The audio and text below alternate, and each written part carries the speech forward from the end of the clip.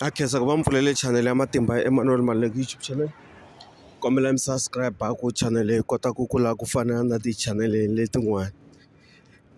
Ku na mhaka leya ya swakudya swa le nkosini or ti-lunch a ni van'wani hi swi vitana ti-free lunch, mara masiku lamawani a swa ha ri kona leswiya swa ti-free lunch.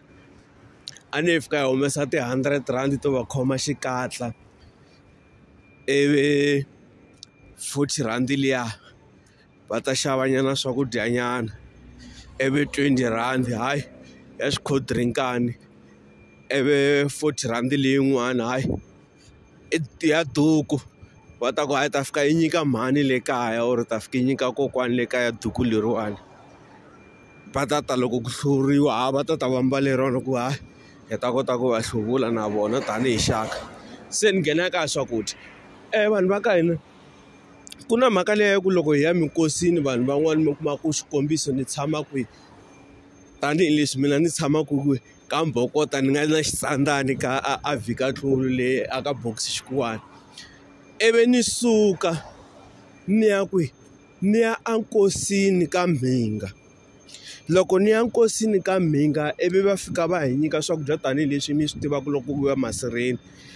Ivi se loko hi ku se halela ha famba, ivi va fika va ku hayi hi leti ti-take away ta swakudya mi ta famba mi kha mi dya laha ndleleni tanihileswi hayi le ka Mbokota ku nga kule kumbe le a Vikatlulu ku nga kule.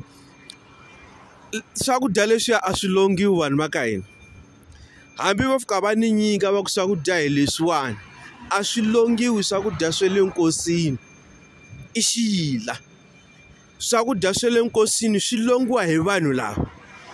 Swakudya swa le nkosini swi longiwa hi maxaka or vanhu lava va nga ngati yin'we va nga mama va siyelana, kumbe loko va tshama gandelweni va tshama gandelweni rin'we. Hikuva swi tiva ku loko ku ya hluvuriwa kumbe loko ku ya xuviwa laha mutini ku xuvisiwa ku yini, va ta hi byela va ku loko fika siku ra so mi xuva hi murhi lowu, kumbe mi ya ka mufundhisi wo karhi or mi ya ka kereke yo karhi or mi ya ka n'anga yo karhi mi fika mi hi byela yi mi xuva. Ma ni twisisa ku xuva hi vula ku basisa muti or ku basisa munhu loko ku ri na nkosi emutini. Loko ku ri ke ni ku na vanhu vo karhi mi kuma ku va suka Joni va ya nkosini a Giyani, ivi va fika na hi Wavuntlhanu va nyikiwa swakudya ivi hi Mugqivela va ku hayi hi hlekete ku famba hi xa Mundzuku. Vanhu lavaya va longa swakudya, mi ni twisisa kahle laha.